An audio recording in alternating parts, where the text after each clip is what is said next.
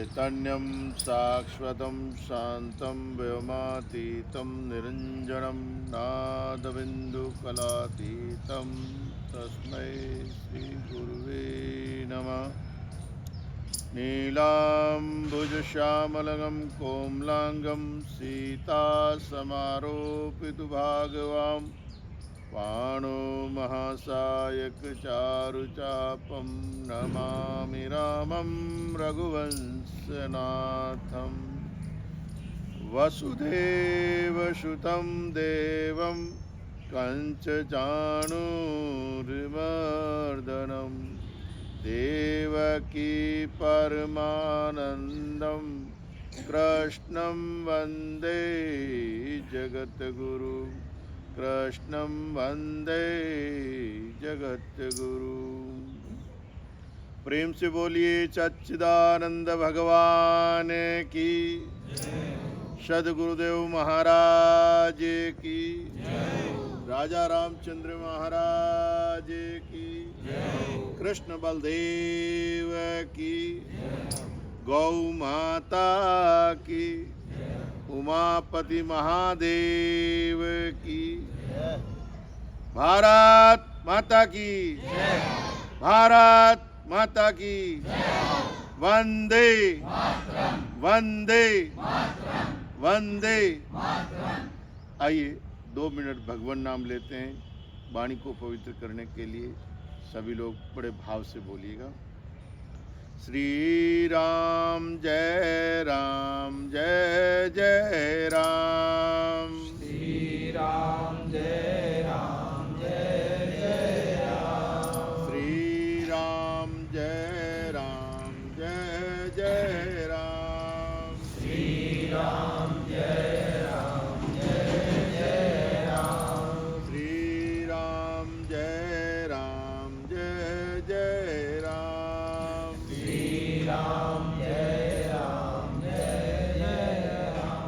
श्री राम जय जय राम। श्री राम जय जय राम। श्री राम जय जय राम। श्री राम जय जय राम।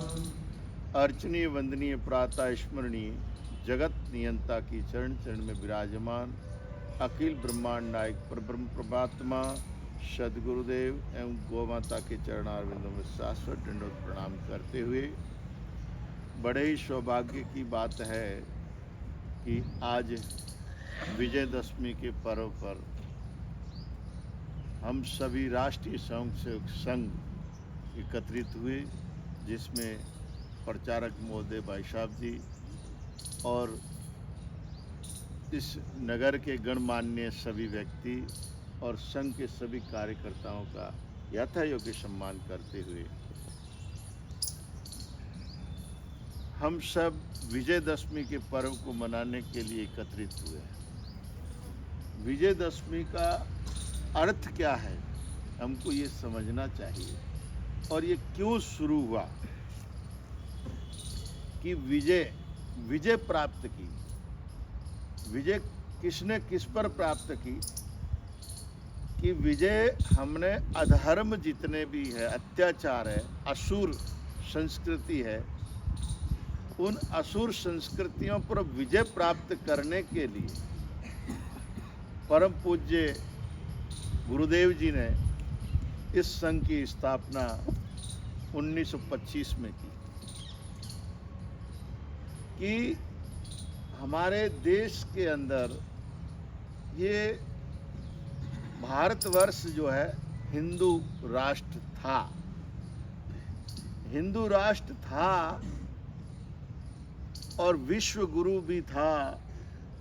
उस विश्व गुरु हिंदू राष्ट्र के ऊपर लोगों ने जब अत्याचार किया, इसको पराधीनता दी, उस पराधीनता को दूर करने के लिए विजयदशमी में के दिन गुरुदेव ने ये राष्ट्रीय स्वयंसेवक संघ की स्थापना की। उद्देश्य यही है कि हम स्वयं अपने आप में सुरक्षित रहें। हम किसी का अहित नहीं करना चाहते हैं, हम किसी को मारना काटना नहीं चाहते। जैसे घर के या खेत के चारों तरफ बाड़ की जाती है, वो बाड़ में कांटे लगाए जाते हैं। वो कांटे किसी को छुपाने के लिए नहीं होते, वो तार लगाए जाते हैं कंटीले, वो तार किसी को छुपाने के लिए नहीं है, पर उस पर कोई आकर गिरेगा तो उससे कटे। ठीक इसी तरह हमारे यहाँ सनातन धर्म में शास्त्र और शस्त्र दोनों हैं। हमारे शास्त्र जो है वो दिशा देने के लिए है, मार्ग बताने के लिए है कि इस रास्ते से चलोगे तो रक्षा हो जाएगी। अब जो शास्त्र की भाषा नहीं जानते, शास्त्र को नहीं समझ पाते, उन लोगों के लिए शस्त्र है। उन लोगों को शस्त्र की भी वो उस पर आकर गिरेगा ना तो हमारे ऊपर हमला करेगा, हमको मिटाने का कोशिश करेगा। उन लोगों को शस्त्र के द्वारा समझाया जाएगा। हमारे आने पर, यानी हमारे घर पर कोई आता है, हमारे नगर में कोई आता है, हमारे देश में कोई आता है, तो हमें आत्मरक्षा के लिए शस्त्र की जरूरत पड़ती है। तो यही गुरुदेव का उद्देश्य होकर ये शस्त्रों को, हमारे सनातन धर्म संस्कृति को बचाने के लिए, उसकी रक्षा के लिए हमें शस्त्रों की जरूरत पड़ती है। दूसरा, विश्व गुरु जब हमारा देश था तो उस समय कभी किसी को धर्म की शिक्षा देने की जरूरत नहीं थी। वो जन्म से, क्या गर्भ से ही उसको सनातन संस्कृति की शिक्षा थी, तो उनको कहीं इकट्ठा करके देने की जरूरत नहीं पड़ती थी। इकट्ठा करके शिक्षा देने की जब जरूरत पड़ती है कि संस्कारों में वो संस्कृति नहीं होती है और उसको जागृत किया जाता है। तो जब हमारा देश 700 साल गुलाम रहा अंग्रेजों से, नहीं मुसलमानों से, और 200 साल अंग्रेजों से रहा, उस समय हमारे संस्कार और संस्कृति से विहीन कर दिया गया। भारत के अंदर ये जो घूंघट की प्रथा है, ये भी हमारे भारत की नहीं है। ये जब मुगलों का राज हुआ उस समय हमारी बहन बेटियों का हम शादी नहीं कर पाते, क्योंकि वो लोग अत्याचार करके, बलात्कार करके हमारे यहाँ से लड़कियों बेटियों को उठा के ले जाते। तो अब उसकी शादियाँ करने के लिए मजबूर हो गए। तो उन्होंने कहा जब तक चेहरा नहीं दिखेगा तब तक कोई मोहित नहीं होगा, और मोहित नहीं होगा तब तक बचाव रहेगा। तो इसीलिए एक घूंघट की प्रथा हमारे भारतवर्ष में आई। उससे पहले आप राम के समय में, कृष्ण जी के समय में, आगे जो सतयुग है, द्वापर है, त्रेता है, इनमें कहीं पर भी ऐसा नहीं देखा गया। देवी देवताओं के जितने भी आप देखते हो, तो ये मुगलों के कारण हमारे देश में घूंघट की प्रथा भी आई है। ऐसे कई कुरीतियाँ, जैसे मुसलमानों में बुर्का पहन के पूरा पैक रहते हैं। पैक रहने का भी कारण यह है कि राक्षस की नज़र ना लगे। वो खुद ही राक्षस है, उस खुद ही के विचार है, तो खुद की ही खुद को नज़र ना लग जाए, तो इसीलिए वो ओपन नहीं रहते। और जो ओपन चीज होती है उस पर मक्खी बैठती है, और मक्खी बैठती है तो मक्खियों की वजह से बीमारी होती है। तो इसी तरह से हमारे देश के अंदर संस्कारों को ख़त्म कर दिए गए, और उस संस्कारों को ख़त्म करने की वजह से हमारे हिंदू संस्कृति, सनातन संस्कृति के विचार गायब हो गए, मिटने लग गई।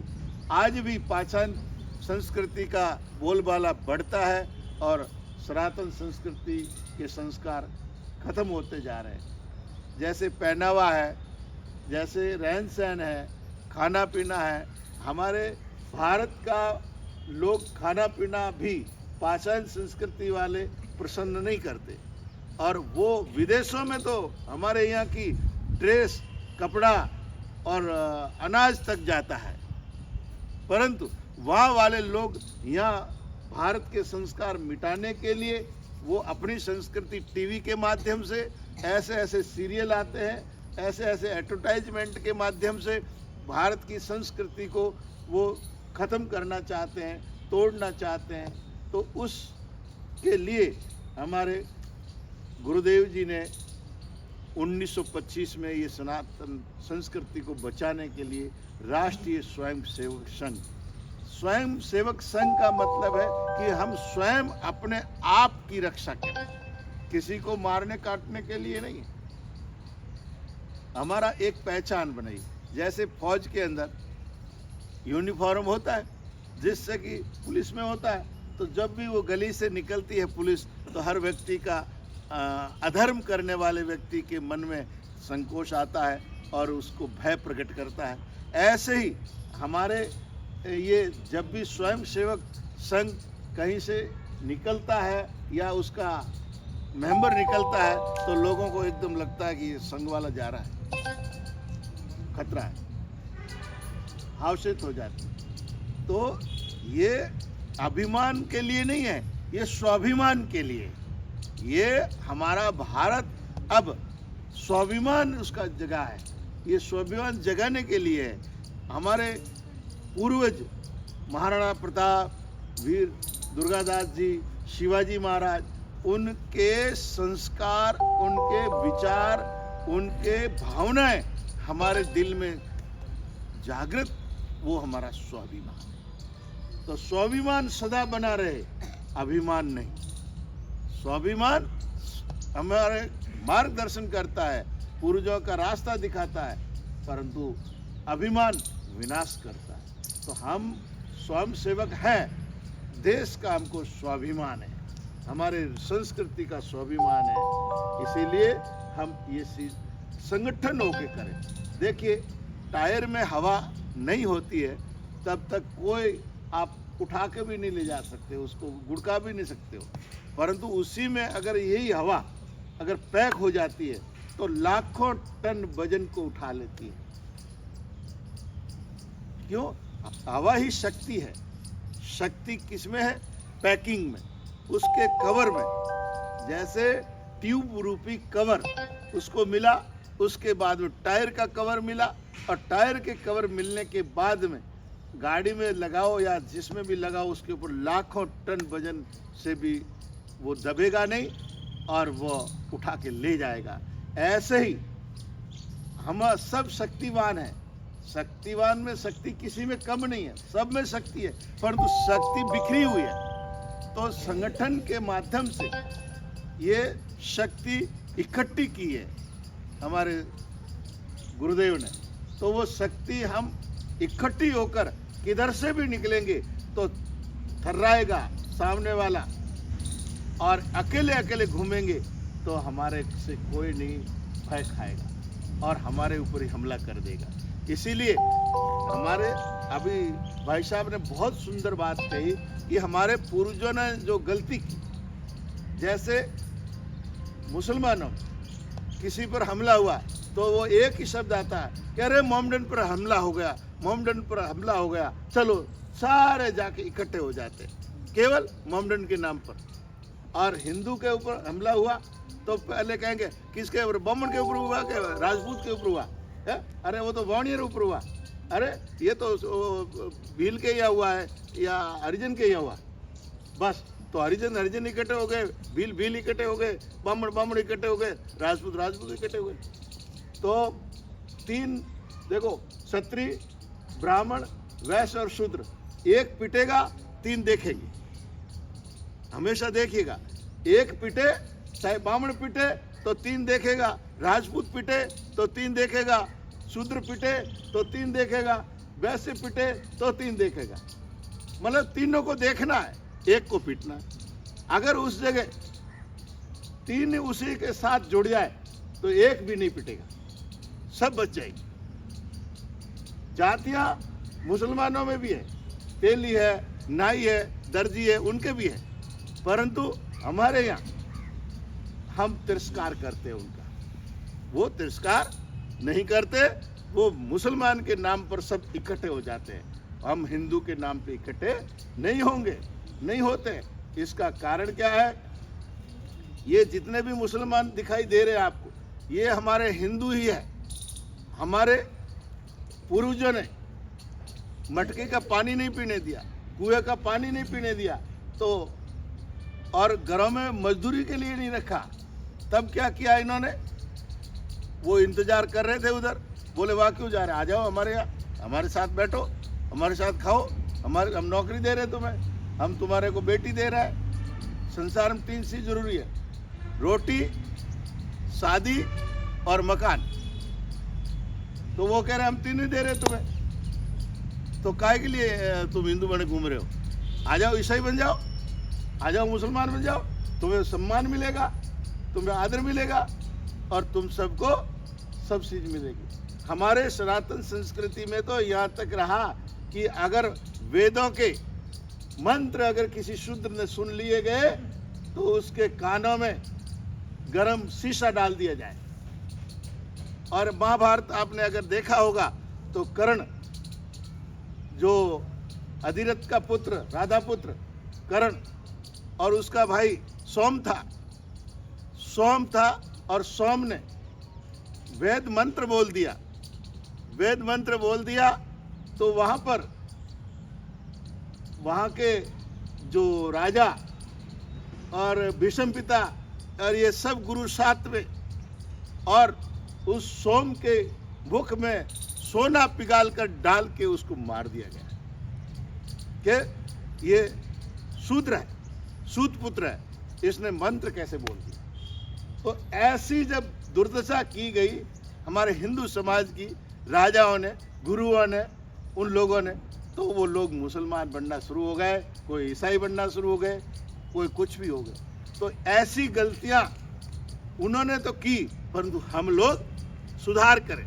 कोई भी कानून में प्रस्ताव चेंज किए जा सकते हैं, इसीलिए हमारे देश में अब परिवर्तन आना चाहिए और परिवर्तन बिल्कुल करना चाहिए। और परिवर्तन करने वाले कोई और नहीं होंगे, कोई गैर नहीं होंगे, वो आप ही होंगे।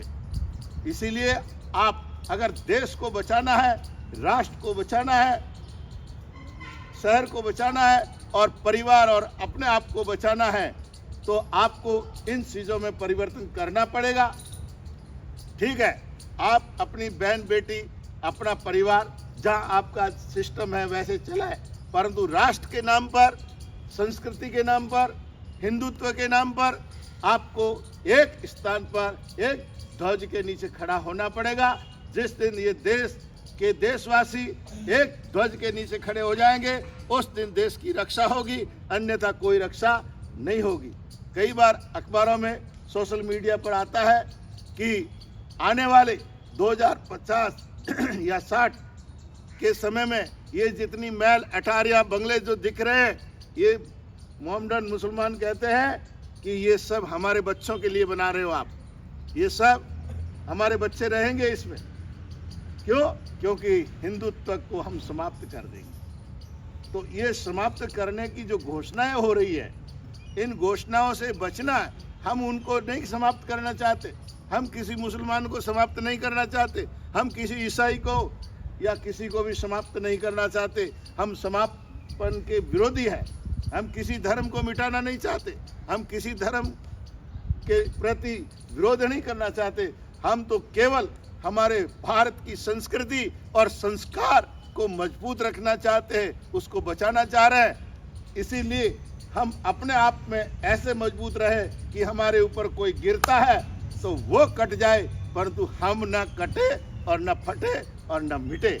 बस हमारी यही संस्कृति है। अगर इस विचारों को हमने अगर अपने आप में रखा तो आत्मरक्षा होगी और ये विजयदशमी का पर्व संपन्न होगा, और ये गुरुदेव का जो संकल्प है वो भी संकल्पित रहेगा, और हम उस संकल्प पर चले, उन पद पिनों पर चले, तो यही हमारी देश की रक्षा है, यही हमारी रक्षा है।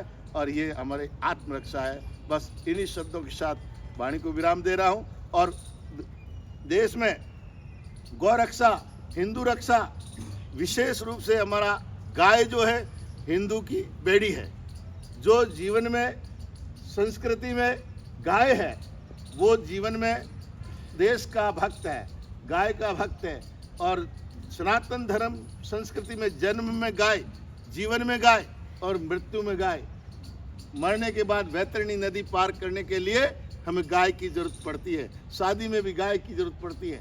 तो इसीलिए जिंदे ही जिंदे हम गाय की अगर पूंछ पकड़ देते हैं तो मरने के बाद में हमारे संतान को गोदान देने की जरूरत नहीं पड़ती है वैतरणी नदी के लिए।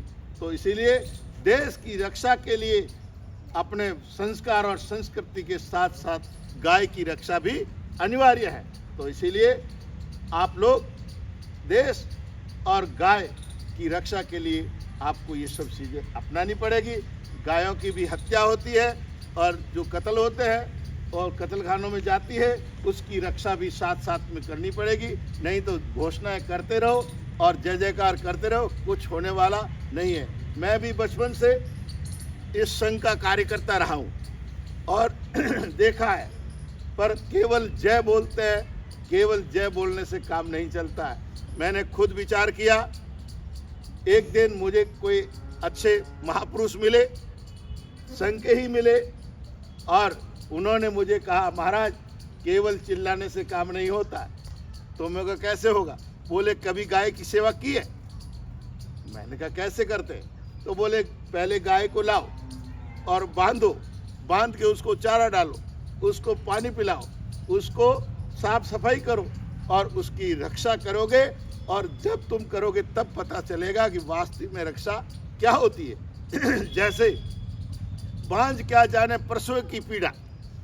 बांझ स्त्री केवल बातें कर सकती है, परंतु उस प्रसव की पीड़ा का जो आनंद है वो सिर्फ वो ही जानती है, पुत्रवती होती है जो। ऐसे ही राष्ट्र के लिए केवल चिल्लाने से काम नहीं चलता है, वो संस्कार आपके भीतर जगेंगे तब आपको पता लगेगा। ऐसे ही गाय की सेवा, मातृ सेवा आपके भीतर से फूटने लगे तब जानना कि हम राष्ट्र भगत है, स्वयं सेवक हैं। नहीं तो केवल चिल्लाने से कुछ भी नहीं होता है।